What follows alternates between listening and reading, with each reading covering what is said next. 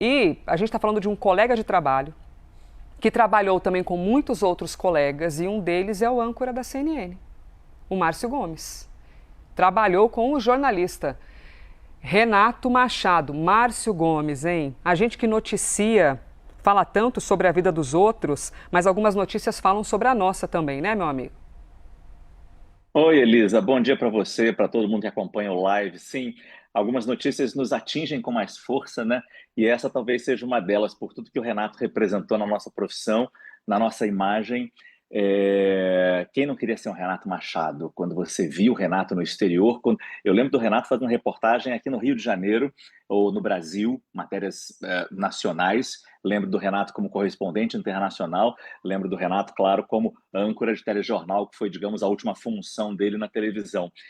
E eu queria ser tudo isso. E claro que a imagem dele era inevitavelmente um espelho para mim, um farol que eu queria seguir para ser como ele, na inteligência, na cultura, na possibilidade de tratar de tantos assuntos, na leveza com que ele levava os assuntos leves, na profundidade com que ele conseguia levar os assuntos mais pesados, mais difíceis, porque ele era muito inteligente, muito culto, seja na reportagem, seja ancorando um telejornal.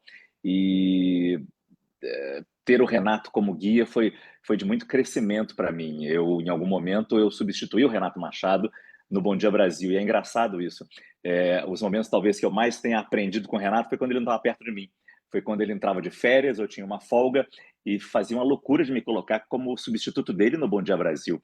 E eu pensava, caramba, como é que eu vou substituir o Renato Machado? É... Ia levando, e fui levando, sei lá como. Alguma coisa deve ter feito certo, porque eu estou aqui até hoje, né? Mas era de uma tremenda responsabilidade por tudo que ele representava, por tudo que ele nos ensinava a cada reportagem, a cada ancoragem que ele fazia. Era uma lição de jornalista, Elisa. Muito lindo. E essa nossa missão de ancorar, né, Márcio, é um acúmulo de repertório, né?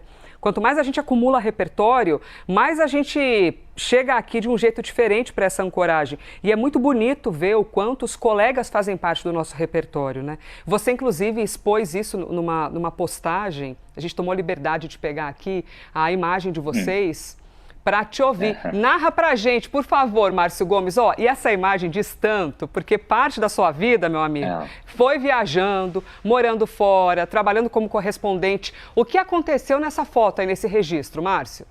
A gente estava gravando uma chamada para o Globo Repórter, a nova temporada naquele ano do Globo Repórter.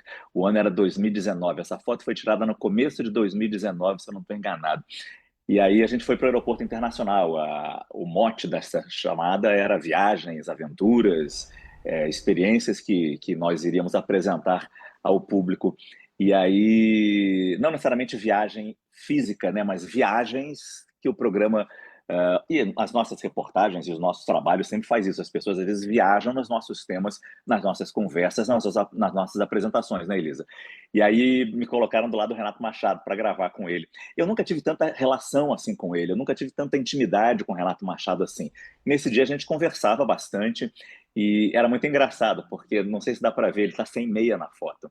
E aí ele falava, ele era meio ranzinza às vezes, até pela experiência, até pela estrada que ele já tinha e pelo enorme conhecimento que ele tinha, ele era meio ranzinza do tempo de gravação, de como demorava uma gravação como essa. Era quase que uma equipe de cinema que estava ali nos gravando.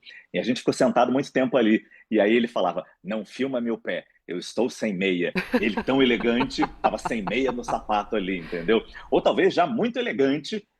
Tanta gente hoje não usa meia, eu sou incapaz de não usar meia, mas talvez o Renato já tivesse à frente do seu tempo ali em 2019, usando um sapato e um blazer sem meia. Ele era muito elegante e nesse jeito ranzinza, brincando, ele falava, não filme meu pé, estou sem meia. Repara que a mala vermelha está bem na frente, cobrindo o pé dele. Mas isso foi em 2019, veja só, e eu lembro de cada segundo. Eu lembro de cada momento que eu gravei isso com ele. A gente tinha um textinho juntos, que é claro que eu não vou lembrar o texto que a gente tinha. Ele começava, eu complementava, depois ele continuava de novo. Eu errava, ele errava, e era engraçado isso. Mas, de novo, eu não quero fingir intimidade, não. Eu nunca fui amigo dele, nunca frequentei a casa dele.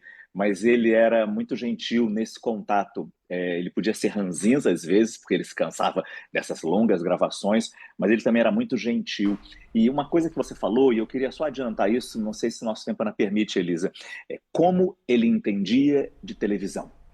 Ele era um jornalista completo, muito culto, muito inteligente, uma longa experiência, mas na formação do novo Bom Dia Brasil, e eu digo novo Bom Dia Brasil porque havia um Bom Dia Brasil que era muito de política, feito só numa bancada, muita entrevista e só.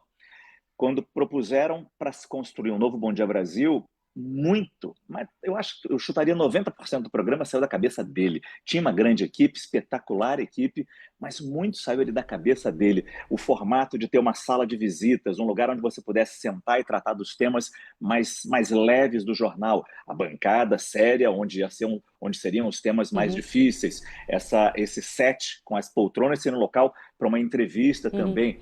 Ele entendia muito de televisão, ele sabia de movimento de câmera, de iluminação, ele era um profissional completo, como poucos existem, Elisa. Que lindo a referência, né? Que lindo o respeito, a admiração por quem nos ensina, que acabam se tornando uns curadores, né? Tem a curadoria no dia a dia, de nos ensinar. E a gente vira essa replicação. Isso é muito, muito lindo, que é a continuidade. Por isso que a morte é esse fenômeno, né, Márcio? Na memória e nos hábitos, a pessoa é para sempre. Porque ela continua existindo por meio de outros talentos. E o Márcio Gomes é um deles. Meu amigo, muito obrigada por ter vindo aqui trazer esse relato sensível. O Renato ia odiar que eu estou de barba por fazer, mas é que eu estou de férias, pessoal. Peço desculpas por isso, entendeu? Mas eu acho que valia a pena só para botar uma coisinha a mais aí nessa homenagem que gentilmente a CNN faz a esse profissional que foi o Renato Machado, que nos deixou hoje. Por falar em elegância de Renato Machado, a elegância de Márcio Gomes justificando a barba. Tu és o maioral, Márcio Gomes. Bom descanso, hein? Aproveite as férias. 11h19. É isso.